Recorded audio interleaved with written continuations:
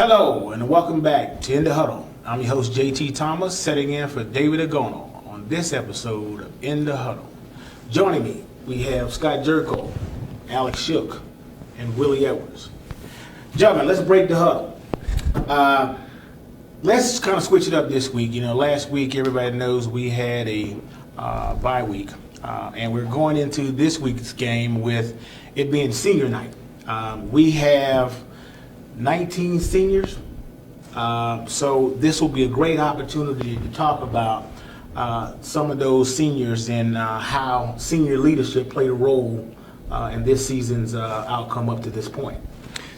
Well, I think the main point here on senior night is just to send these guys off with a win. I mean, that's the main goal here, is the younger guys playing for the older guys that's been in the system. I know we only have a select few that have been here 4 and 5 years, but that's something we can talk about too. But the main thing for this game is playing your heart out for these seniors, your best buddies, sending them off on a good note at home. I think another thing that needs to happen is our fans need to show up. I know it's going to be a little chilly on Thursday night, but again, we talk about these guys who've sacrificed a lot and done a lot to help this program, even though some of them were, like you said before, JUCO transfers, but, you know, they're wearing the blue and gold. So I would encourage our fans to come out and help support these guys and send them off the right way. We've really had some historic production out of some of the seniors, and they were transfers, which hasn't historically been a big part of our program, but has become more so under Dana Holgerson. But you can't take anything away from what Kevin White has done for this team. Been absolutely fantastic. Mario Alford and, of course, Clint Trickett. Those guys have been very important to turning around the program, and same with Shaq Riddick. Those guys have really done a lot. So I agree. We need to get the fans out and support the team for this senior night. I can remember in 1991 thinking about this being the last time before you're running out of the tunnel, and I kind of wanted to take a snapshot of the whole picture coming out and remember that, and it stayed with me. So it's a special night for the guys. Right. Well, and what you mentioned about, you know, senior night and about our senior night, because we have almost like a hodgepodge of guys who come from JC colleges. That seems to be the theme throughout sports in general. Players not staying at one place a very long time. It happens in basketball. We've seen it happen with our basketball team.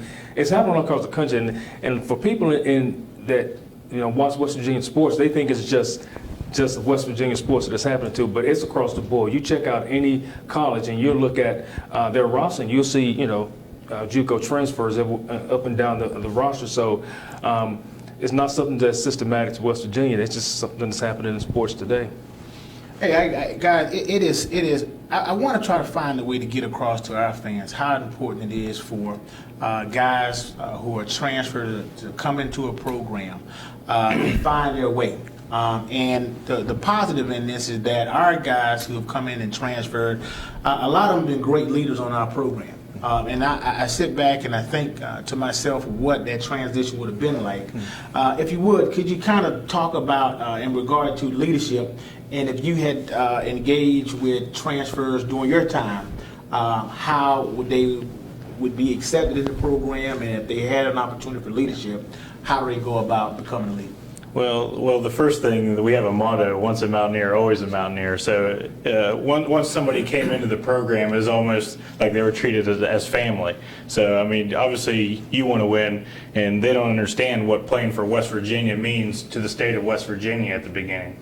These the people that have been around these JUCO transfers, they start to understand it just from being around the other players that have been here, and it takes hold of them really quickly, because it is seen by everybody. Everywhere they go, they get stopped and asked about how's practice or how'd the game go, or, well, they know how the game went, but, you know, just ask them how they felt about it. It's a special time. I think a lot of those guys are a little bit older coming in as well, a little bit more mature. Maybe have been at a junior college. You could probably talk about this. Might not have all the amenities that we have at WVU. You realize how nice it is when you step into that kind of program. They really appreciate it, really want to be there. But in terms of being leaders, you know, it all starts with performance and being a teammate, being a good guy in the locker room. And, you know, we've certainly had a number of them, including You can probably talk about it more than I certainly can. I certainly can. Well, I know when I was at WVU, we had a couple of guys that transferred from Pitt, A.B. Brown and Eugene Napoleon. They weren't JUCO transfers, but they did transfer from another school. So, I had a chance, and A.B. was my roommate, and A.B. went on to play in the NFL, and he was one of the top running backs that ever came through WVU. So, and Eugene Napoleon as well. You had two top. I guarantee if they'd had stars back then, both of those guys have been 5-star guys. And both those guys came and played on the same team, and you were thinking, wait a minute, why would I transfer with another guy who's a 5-star, and had that competition? But they both loved West Virginia so much that they wanted to be here, which speaks volumes, especially when you transform from that place up north from us. Junior college. Yeah. Well, I think Mountain Middle could probably beat them this year. Well, guys, this topic for me actually comes close to the heart because I was a JUCO transfer, came from Fort Scott Community College in southeast Kansas. Had the pleasure of being able to come here and play for 2 years, and had a great time. And we've seen success in this with guys like Bruce Irvin. Currently we have Clint Trickett, who's transferred from Florida State, which was a great move for him. Who struggled last year, who came in and really picked this team up and put it on his back and really contributed to the team. I mean, it's really special to watch guys come in, take hold of the program, and be able to produce and produce effectively. So it is really something tonight to be ready to go into this week for senior game, knowing that these guys have come in and contributed so much. Let's talk about where guys have come from. We got Clint Trickett, who came from Florida State. Kevin White came from Lackawanna College. Mario Alford came from Georgia Military, and Shaq Riddick came from Garner Webb. Guys, when we talk about bringing these guys in, obviously they're looking for something also. All right, I remember in my recruiting trip, you were being recruited again. So I had 10 visits. What does West Virginia has to offer guys? How do you think they go about bringing guys into a program as a transfer? Well, I mean, if you want to be, a lot of these kids now, you look at, first thing they're going to see is uniforms. And I know it sounds kind of crazy, but that's important now. And you see teams now, they go with 3 different helmets, and they have so many different varieties of uniforms. And, the kids talk about getting gear. I know back in my day, we didn't get a whole lot of gear. And these kids now, they come in, they get a backpack full of stuff, and they get, a whole wardrobe. I got one sweatsuit and one jockstrap, and that was it. But, it's important to those guys. And so, when they come to a program, and facilities is also important. And I think we're starting to try to upgrade our facilities, and that's also important because when you look at Morgantown, you don't think of it as a bigger town where it could attract better athletes because, is there a whole lot to do here? In some aspects, no. But, you're coming here to go to school and, to get an education and to play football. So I think getting a great education and playing football at the same time is a good bonus for West Virginia. That's why we're starting to get some of the upper echelon athletes to come here. And playing in the Big 12 also helps. Playing time, especially we have a history of quarterbacks coming here from other places. Jeff Hostetler, Jake Kelchner, some of the best to ever step out on the Mountaineer field have been transfers, and Clint Trickett is following along. Those are big shoes mentioned. He hasn't quite filled those shoes out yet, but hopefully he can cap off a great season for us. Well, you were saying school. I was always told school number 1, football number 2 inside the program. But that's a funny joke. But I think when JUCOs come here, they want to see how can they get to the next level. And a lot of it has to do with the facilities, the weight room, and the coaches. Like how have these coaches prepared their student athletes already, and who's playing in the NFL that they've already played for. Mm-hmm. So I think that has a lot on their mind when they're picking and decide where to go as well. Well, guys, I think I want to switch gears and get right back into more football. I think those guys, I want to personally thank all those guys, all those seniors who's put in so much time and effort in this program, and I'm very hopeful that they will finish up very, very well. Let's move on to our expectations and our overall assessment of West Virginia, 6-4, 4-3 in the Big 12. Let's talk about the season. Well, I said it last week. If you asked people last year, at the end of last year, and the beginning of this year, what our record would be, it wouldn't have been 6-4. Most people were saying 3-4 wins tops. So, we were sitting at 6-2 at one point, and a far cry from what we were last year. So, I think we exceeded a lot of expectations, and I think once we got to 6-2, people put more expectations on that team because now, we're playing great football with 6-2, and they're thinking, well, we have the possibility of going, 10-2 or 9-3 or something like that. So, the loss to TCU and then back-to-back losses to Texas, it kind of, people started getting that same mind frame again, saying, well, I told you, there were going to be 6 games. And, we still can have a great season. You win these next 2 games, you're 8-4. 8-4 in any other conference outside of the SEC, you're probably, number 2 or number 1 because, you look at the schedules and you look at the SEC and look at the Big 12, they're 2 of the top conferences in college football. So 8-4 in the Big 12 after last season, I'll take it. We've just been consistently inconsistent all season, and I'd like to see us come out and play a solid game on all 3 sides of the ball for once this season. You look at the hallmarks of the Bill Snyder teams, that they play hard-nosed defense, they're disciplined, they protect the ball, they don't turn the ball over, they don't make dumb mistakes. It seems like kind of the opposite of what we've done at different times throughout the year. But we've obviously made improvement over the last couple of years, and this is a game, I think, where we can really kind of put a exclamation mark on this season. 8 wins, people can say that's mediocre. It's not mediocre in this league. This is a fantastic league. We've played probably the hardest or one of the hardest schedules we've ever played. And getting this win, the Baylor win was great, but we've been inconsistent up and down since then. This would be a fantastic win for this program, I think, moving forward, and really give everybody a lot of confidence going into next year. Yeah, like you said, at 6-4 expectations right now, you're 6-4 with a chance for another top 15 school to beat them. I mean, this is one of the hardest schedules West Virginia has ever faced. Probably is the hardest schedule we've ever faced. I mean, how can somebody look and say, well, they've got 4 losses. They're Alabama, number 2 or 3, Oklahoma, TCU, and then Texas. How can anybody ever say Texas is a bad loss? On the road. Yeah, on the road. Yeah, I mean, you just don't see this very often. I agree. I mean, guys, when I kind of scanned the schedule before I came in, I noticed that we had a good month of October, and I think I asked for that birthday gift against Baylor. You got it. And we got it. But then when we came to November's been pretty rough for us. And we have, as you just mentioned, we do have an opportunity to kind of square that up and finish up really strong. And I suspect that our fans will come out this weekend and get behind our team and really give us the energy we need to propel us over this hill. Let me ask you this question.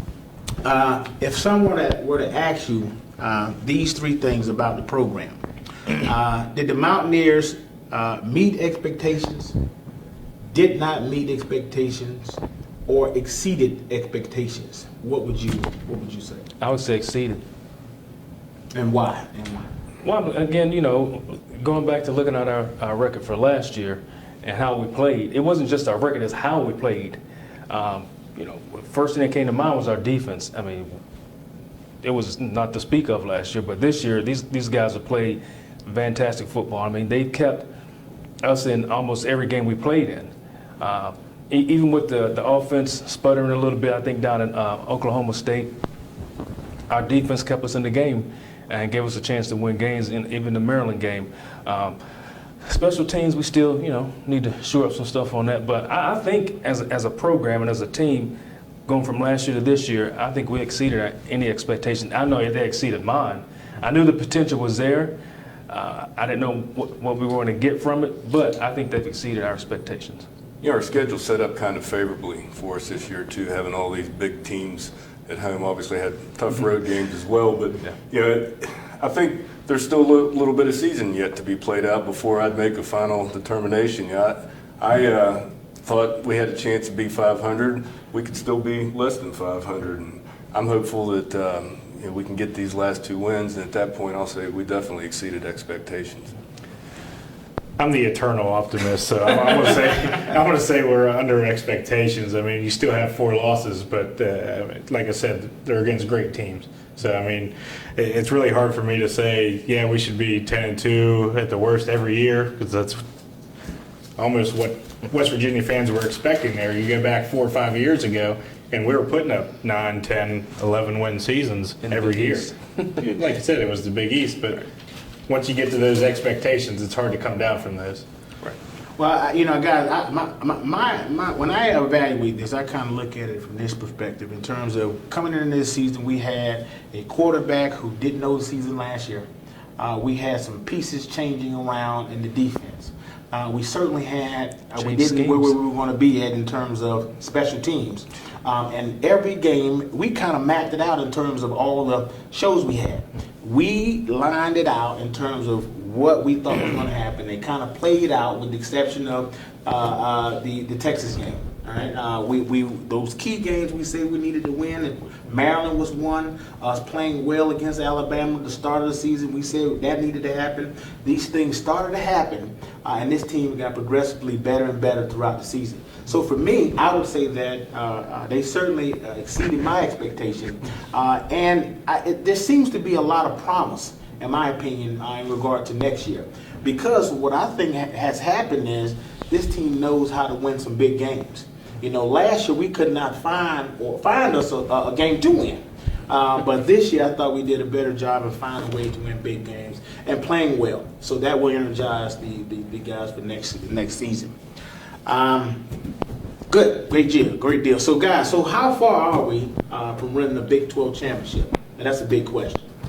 I think we're a ways down the road still. I mean, we don't have the depth yet, I think, to go 10, 11 wins deep into a Big 12 schedule. We don't have the proven quarterback coming back next year. That's going to be a big concern. We're losing all of that production out of Kevin White, Mario Alford, Trick at Dreamy is gone too. Yep. I mean, we're going to be seeing a whole lot more new faces again next year. So I think it's a ways off on the horizon looking at this realistically.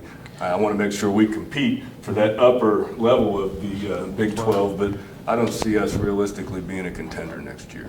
I'm going to disagree with you. I mean, look at TCU. Their quarterback was a wide receiver last year, Trevon Boykin. I mean, they just came in just like us, and they're competing this year for Big 12 championship. A few bounces here and there with the football, and we're still in the hunt. I mean, we should have beat TCU, and then we should have lost to Texas and Oklahoma. But I mean, still 2 losses is still at this pace right now is Big 12 championship caliber. And then you got William Crest coming in next year, Skylar Howard, Skylar Howard, and then you just never know. That's why they play the game. Well, the good thing I think was going to happen with us next year is our offense. I think our whole offensive line is back next year, except for Quentin Spain, if I'm not mistaken. And we have Smallwood is back, Russell is back. So, to help that quarterback out, whoever's going to be, and I'm thinking along the same lines as you, is going to be William Crest, that if you can turn around and hand the ball off and we can run the ball effectively, that'll take a lot of pressure off whoever the quarterback's going to be next year. So I think it's going to help us out. And our defense, I think they're going to hopefully play lights out next year. We're not losing a whole lot of guys on defense. And we've seen that defense since game 1 get better and better and better and better. So with a good defense and a great offensive line and some good running backs, that'll help us next year. And I agree with you, Scott. I think we can compete for Big 12 championship next year. We get some breaks. We got to have those. And what you were talking about, Alex, and a lot of people don't realize that, is that when you play a tough schedule like that, you got to have depth. And we played in the Big East. If a guy went down, we could overcome that. It's kind of hard to overcome when you play in the Big 12. You have to have depth because one man goes down, and the next guy who steps up has to play at that same level or even better than the guy who went down. when it drops off notches, it shows up clearly, and you can see that. So, and I think that goes back to us getting a lot of JUCO guys in, helping us get those younger guys ready to play at that level. Because at one point, we didn't have enough guys to almost even practice at one point in the program. So those JUCO kids were necessary to help this program out in that aspect. Also, not just to come in and and get ready to play at the next level, but it also helped us to get guys ready to play and get them mature enough to play in the Big 12. I'm in the middle of the road in terms of that. I don't see it next year, but I don't see it too far off. I think with a couple pieces to the puzzle, we find ourselves competing at a higher level. Coming into this season, I mean, the question mark for me was, did the team have internal leadership in terms of are the players going to rally among themselves and say, hey, we're going to go out there and win some football games?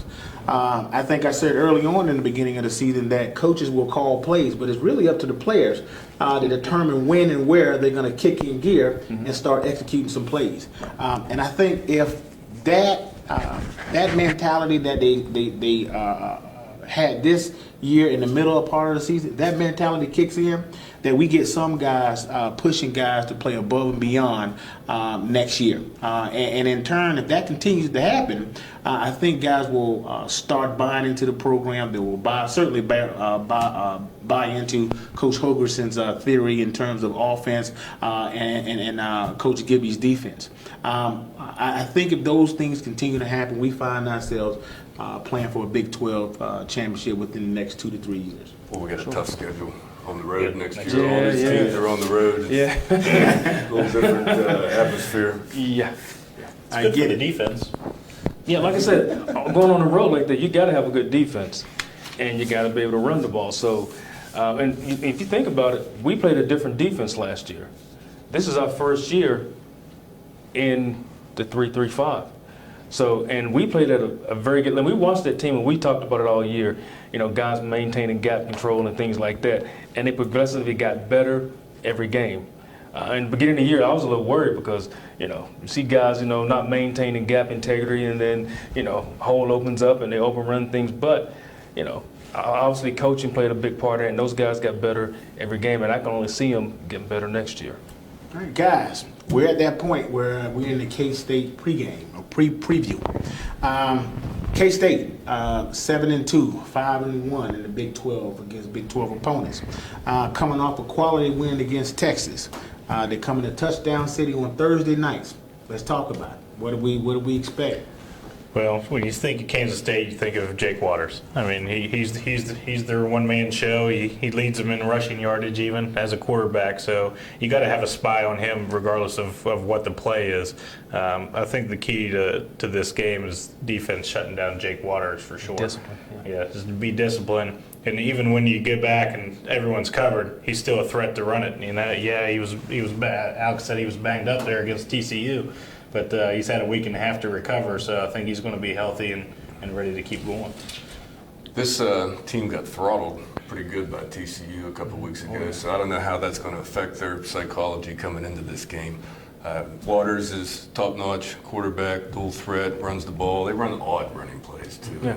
It's not like a straight option type of run. It's almost delayed. I don't even know what you call it. They also have two top-flight wide receivers, the Sexton kid and the Lockett kid. It seems like he's had about 1,000 yards against us the last 2 times he's played. Maybe like 300 or 400, a lot of yards and points against us. So you're going to have to get to Waters, shut down the running game, make them one-dimensional, get him on the ground when we get to him, and put the hurting on him. Right. Well, the thing I noticed, and I think I mentioned it last week, that K-State reminds me of Penn State. Those guys are disciplined. They don't make mistakes, but when you make a mistake, they're going to make you pay for it. They're not going to turn the ball over. They're well coached. So we have to be disciplined on defense, gap integrity, and we got to have somebody, when you get a quarterback that can run, that puts pressure on the defense. You can't let them get outside the pocket, and now that guys are running threat, he's a passing threat. So now your secondary is not really sure, what we're going to do. So we got to get somebody in his face and pull him up and make him be a pocket passer. Definitely get some pressure on them. Defensively, offensively, we got to run the ball, and we got to get the ball to to our playmakers. You got to get it to Kevin White and Mario Alford. And hold on to it. One of the things Kansas Oh, State turn doesn't do is turn the ball over. I think they've had 8 turnovers in 9 games, and we've had maybe 16 or 18 in that same period of time. So we're going to have to hold on to the ball and not give them any easy, cheap opportunities. Yeah, I think our defensive ends are crucial to this game to keep him inside of the pocket. Even when it's not even him, I think we still got to have our defensive end coming out in there laying a good lick on him if he does have the ball. But like you said, Lockett, I think he's dangerous even on the punt return. I think he's punt returner as well, averaging like 100 yards a game this year, receiving yards anyway. So I think controlling him on the punt and kickoff is also going to be key. One big thing that I noticed, Coach Bill Snyder, in fact, I was recruited by Kansas State. I went to JUCO in Kansas. I was recruited by Kansas State, and Coach Bill Snyder was still out there in 1992. He's an old school guy. I mean, you mentioned this awkward play style. I mean, he's doing some of that old school stuff. They just giving guys the ball and playing football. With a little mix of throwing the ball down the field here and there. That's going to be, in my opinion, I think it's going to be more of a defensive game. Whoever plays well on defense will probably do very well doing this game. So I suspect our guys will come up and show up at senior night. I suspect we'll come up and play well. Quickly, guys, we'll keep it moving. Give me a key to success for offense, Will. Got to protect our quarterback. Got to keep him clean. The last couple of games, he's been hit a few times and haven't been able to settle his feet and go through his progression as far as his read. So we got to protect our quarterback and, like Alex said earlier, can't turn the ball over. Yeah, and get that running game going a little bit, take the pressure off of Clint so that they're not able to pin their ears back and bring a lot of blitzes on him. We get Russell Shell, Dreamius. Dreamius is a Kansas guy, right? He comes here from Wichita, so he played well the last game, probably our best player against Texas. So, get those guys going, take some of the pressure off of Clint and protect the football. I think this game, it's going to be cold. It's going to be really cold, and I think the key to this game is physicality. I think we need to come out and lay some wood to people. I think you set the mind right, get rowdy, and get everybody pumping. Right, it's a Thursday night game, man. Games under the light in the mountain field, they're special. So, and especially during the week, we don't get a whole lot of. We get one game a year. I think we play maybe at home at night. So night games are special in Morgantown. So again, I would encourage all the fans to come out and let's send these seniors off and in grand fashion. And I would agree in terms of offensive success for us is being able to get the ball moving. I said several weeks ago that I thought Dreamer Smith was ready to play. I think we should have probably given the ball a lot more. And hopefully we'll go into this weekend giving the ball to the right guy. But let me jump quickly into and getting a defense, and we'll go reverse a defensive key to success for this game. Like I said, I think the defensive key is containing Jake Waters. I think our edge guys need to keep containment, and I think if we can keep him inside the pocket and controlled in the middle of the defense, I think that's the key to victory. Play sound, no big plays, make them march the field, make them get a lot of first downs, no big gashes in our defense. Get a hold of the Jake Waters fellow when we get a handle on him. We've got to get him down because he's an athletic guy that can. It's not easy to bring down. He can break those arm tackles. Well, I agree with you, Alex. We can't give up any big plays. We got to be sound on defense. Can't have any busts in our secondary like we had against TCU. You have one. They played fantastic up until that one point, and it goes to show you just one play, it can hurt you. And that pass that they, I think it was like a 40-yard pass that they completed, that put them in position to kick the game-winning field goal. So we got to be sound on defense. I think we got to tackle better in space. And just run to the ball and be physical. For me, I think this is going to have to be a game that Coach Gibby has a sound game. I know a lot this year. We seem to do well when we're doing zero coverage, which is kind of man coverage, but we got exposed when we played teams like TCU, where, if you turn your back on a guy running zero coverage, you got somebody running up the seams. He's going to have to call a totally good game, a different game, because I think people kind of start picking us up in terms of when we go man, they're running backs out of the backfield, running guys out of the flat and getting in the alleys on us. I think defense, play hard-nosed football, be prepared to play physical, and I think we find ourselves in a good situation. I think we got to disguise our coverages also. When you go back to saying, you know, they see our alignment and know we're playing man coverage. Now they can check down and run the ball. So, you know, we got to show them something and give them something different at the snap. So we got to disguise our defense, disguise our blitzes. So, you know, like you always say in the 55, never let them know where you're coming from. Never start where you end up. Cover So- all. Whatever you do, cover all. Somebody, I'm make sure that's in the somebody else game beat plan you. somehow. Make somebody else beat you. Well, guys, it's that point of the show where, you know, you have to call it like you see it. Will, if you would, give us a prediction for the game. I think it's going to be a low-scoring game. It's going to be a physical game. It's going to be a defensive game. And I see us winning by 7 points, touchdown, maybe 10. I don't know what the score is going to be. I just know we're going to win by 10 points. I don't know what the score is going to be either. I think if we turn it over less than 3 times, we're going to win the football game.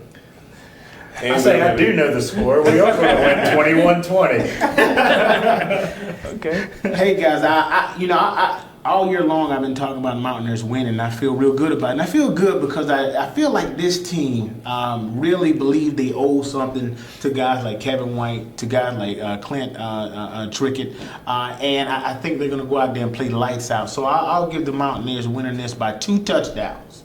By 2 touchdowns. Mountaineers win at home and upset Kansas State. Thank you for joining us, and check back with us at thedpost.com. Until next time, huddle up.